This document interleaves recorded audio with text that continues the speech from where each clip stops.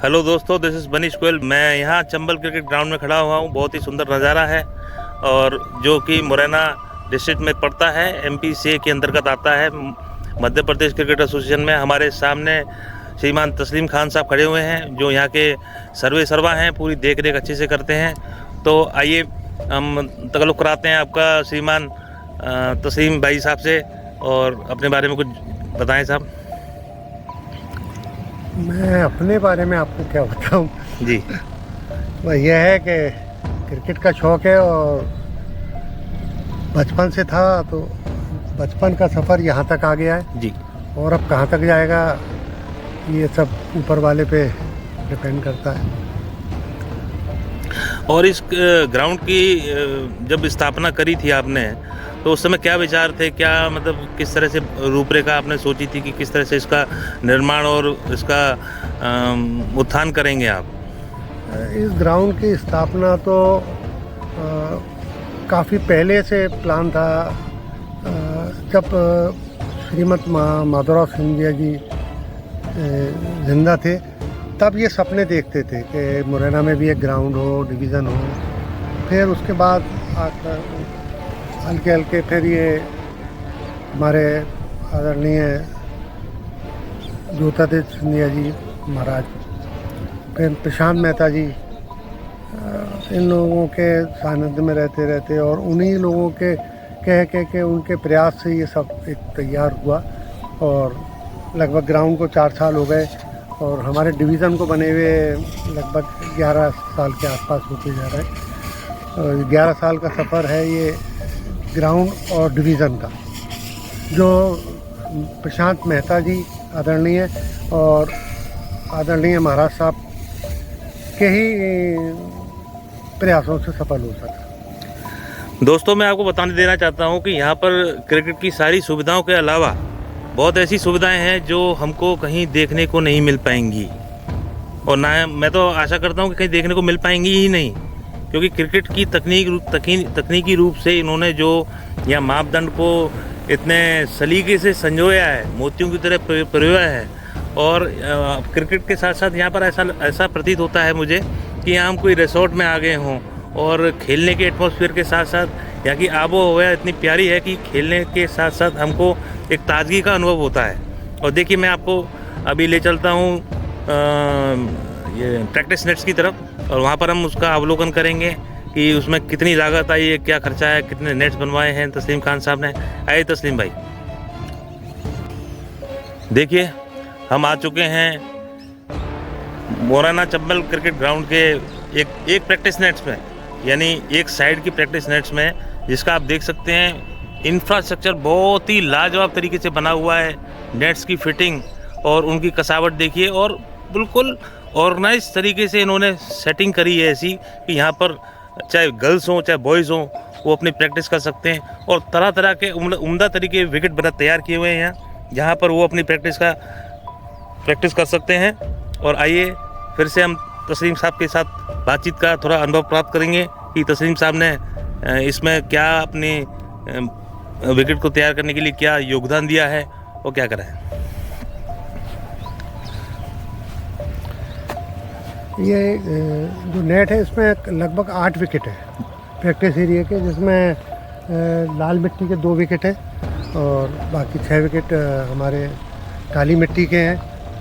ऐसे हमारा उस साइड में भी है, वो साइड में वहाँ भी 5 विकेट हैं और वो सारे काली मिट्टी के हैं। टोटल कितने विकेट हैं साहब? टोटल यहाँ मिला के 8 ये हैं, 8 बीच में है, 16 और 5 21 विकेट हैं।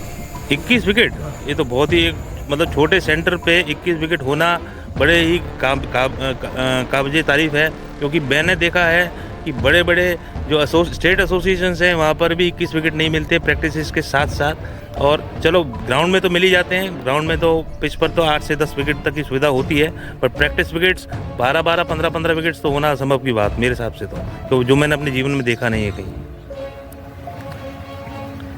अब हम थोड़ा अवलोकन करेंगे नेट्स का कि नेट्स में किस तरीके से ग्रास फील्ड है ये।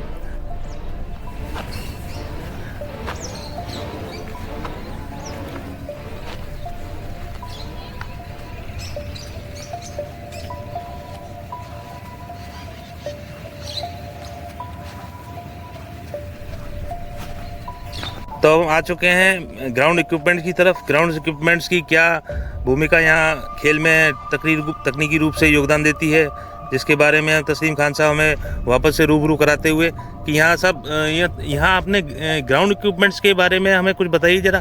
कौन कौन से इक्विपमेंट्स हैं, किस किस तरह से उनको इस्तेमाल किया जाता है, उसके बारे में थोड़ा बताएंगे। लगभग हमारे पास 2 तो रोलर्स हैं बड़े, एक कितने टन के हैं साहब? 200, और एक है हमारा 150 टन का। उसके पास 100 टन के हमारे पास 3-4 हैं छोटे, और एक 500 का टन का भी हैगा। और हमारे पास ग्रास कटर हैं होंडा की, 4 ग्रास कटर हैं। अभी हमारे परिवार के अंदर अभी ये सुपर सोकर अभी इसी मैच में शामिल हुआ है। अभी तक सुपर सोकर नहीं था हमारे पास, जो अभी आया है, तो सुपर सोकर भी हमारे पास हैगा। इसके बाद हमारे यहाँ ये सब पानी का बहुत अच्छा इंतज़ाम है। 1.5 लाख लीटर का हमारे पास टैंक हैगा, और ये रेन गन है हमारे पास, जिनके 8 पॉइंट हमारे हैं। एक अंदर है जिसपे हम वो पूरे से शावर करते हैं 30 यार्ड में, और 5 हमारे पास ग्राउंड्समैन है। अच्छा दोस्तों, मैं बता दूं कि रेन गन एक नया शब्द मेरे को मिला है तकनीकी रूप से। और रेन गन एक ऐसी मशीन होती है जो बड़ी स्पीडी तौर पे बौछार करती है पानी की, जो घास को इवनली फैलाने का भी काम करती है और उसको नमी बरकरार रहने में बहुत मदद करती है। बताएं साहब और आगे। ये इतने सारे हमारे पास स्टोर भी बड़े हैं, सब सुविधाओं की मतलब स्टोरेज मतलब फैसिलिटी, पक्की स्टोरेज फैसिलिटी आपने बिल्डिंग्स के अंदर बना रखी है, जिसमें आप अपने इक्विपमेंट्स को रख रखाव के तौर पर वहाँ खड़ा कर सकते हैं ड्यूरिंग द मैच या आफ्टर द मैच। और सबसे बड़ी चीज़ है कि हमारे ग्राउंड के अंदर लगभग 2,500 से 3,000 पेड़ ही पेड़ हैं। जैसे फाइकस हमारे 550 हैं, गोला पाम 550 लगे हैं, और कैरिबियन पाम है हमारे पास 50 के आसपास। उसके बाद गुलहाड़ और ये इस तरह के फूलों के पेड़ और सब मिला के लगभग 2,500 से 3,000 पेड़ इस ग्राउंड के अंदर हैं। शीशम के पेड़ भी लगे हुए हैं, आम के भी हैं, और चीकू है, अनार है, क्या नाम है, कटहल है, सेब के पेड़ भी लगे हुए हैं, अमरूद के पेड़ भी हैं हमारे पास, और क्या नाम है, नाशपाती है, संतरा है, और वो मौसमी है, अधिकांश नींबू के पेड़ भी हैं, जो हमने ये ग्राउंड के अंदर जितनी वेस्टेज जगह है खेल से, उनका हमने उपयोग पेड़ों में किया। दोस्तों, मैं आपको बता दूं कि तस्लीम साहब को नेचर से बड़ा ही लगाव है, और इतना ज़्यादा लगाव है कि इन्होंने पेड़ों के साथ साथ फल सब्जी तक के पेड़ पौधे, छोटे छोटे नन्हे पौधे हर किस्म की, चाहे जैसे उन्होंने नाम लिया अभी, चीकू, सेब, आम, पता नहीं अनगिनत तरह के इन्होंने फल सब्जी के नाम गिना दिए, जो उन्होंने मैंने खुद आंखों से देखे हुए हैं। और अमरूद में तो सीजनल फ्रूट है, तो अमरूद मैंने खाए भी थे, बट थोड़े छोटे थे, तो अभी उसमें पकने में थोड़ा समय है, 15-20 दिन और लग जाएंगे उनको पकने में, जब तक मैं यहाँ नहीं रह पाऊँगा। तो मैंने तस्लीम भाई साहब से बोला कि 2 अमरूद मेरे लिए कोरियर करा देंगे। तो और फिर ये तो नेचर लवर की बात है। नेचर लवर तो और क्या कह सकते हैं, नेचर लवर के साथ साथ इन्होंने वो अगले चरण में हम बात करने वाले हैं, जिसमें नेचर के लव को किस तरह से व्यक्त करते हैं, किस दूसरी भाषा में व्यक्त करते हैं, वो हम आगे चलते हैं। अभी आप बात करते हैं आपको। नमस्कार दोस्तों, आपका फिर से स्वागत है। ये देखिए, नेचर लवर की हम पिछले चरण में बात कर रहे थे। तो इसको बोलते हैं असली नेचर से प्यार, इसको बोलते हैं रख रखाव, इसको बोलते हैं कि ज़मीन से जुड़ा व्यक्ति ही कर सकता है, जो पेड़ पौधों से प्यार करता हो, जीव जंतु से प्यार करता हो। मैं तो, मेरे पास शब्द नहीं है इनके बारे में व्यक्त करने के लिए कि किस तरह से इन्होंने इन पशु पक्षियों को बिल्कुल अच्छे से रख रखाव के तौर पे, यहाँ हरियाली के तौर पे, एक नए जीवन के तौर पे इनको देखने को कोई भी बाहर से व्यक्ति, खिलाड़ी, आज सुबह मैच था छोटा अंडर 15 गर्ल्स का, तो उनको देख करके बड़े भौचक्की रह गई थी। वो इतने तरह तरह के बाहर के ये पक्षी हैं, तो इनको देख करके वो बहुत उत्साहित और प्रफुल्लित महसूस कर रही थी। तो आइए जरा थोड़ा सा इनके बारे में, ये बहुत महंगे महंगे पक्षी हैं ये, जो तस्लीम भाई साहब ने यहाँ उन्होंने सजावट के तौर पे रखे हैं, और उनका प्यार है जी। सजावट के तौर पे मैं क्या कहूँ, ये गलत शब्द की व्याख्या हो जाएगी, तो उनका प्यार है जिसकी वजह से उन्होंने या इनको अपने साथ अपने सानिध्य में रखा हुआ है? नहीं, वो सानिध्य क्या, ये एक सोच ये है कि लोग जब आए यहाँ, ज़्यादातर बच्चे भी आ रहे हैं, सब आ रहे हैं, बाहर से लोग आते हैं, तो उनको एक यहाँ के एक ऐसा फील हो कि यार मज़ा आ गया। और ये सोच के ही जो भी चीज़ करते हैं दिमाग में आ जाती है, उसको फिर करने पे उतारू हो जाते हैं। फिर वो अगर वो चाहे अच्छी है या बुरी है, लेकिन ये दिमाग में आ गया कि ये करना है तो करना है।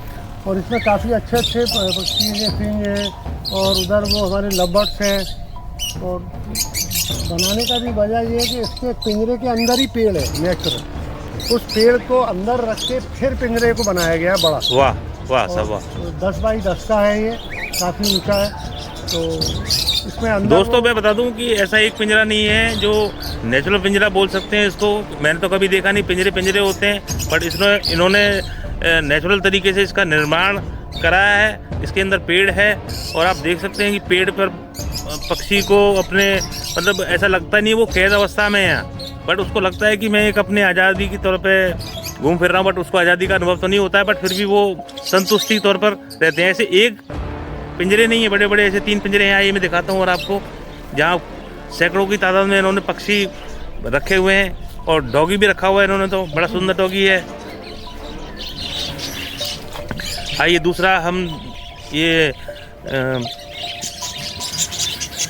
देखिए, यहाँ तो ओहो हो, यहाँ तो बहुत सारे नाना प्रकार के पक्षी हैं, कलरफुल बर्ड्स हैं। देखिए साहब, ये देखिए खाना खा रहे हैं नीचे बैठ के।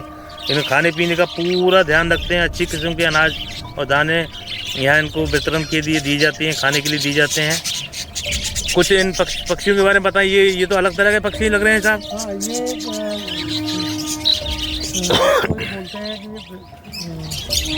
चुनमुनिया एक है, इसमें छोटी वाली है। हाँ। और ये सब, ये भी एक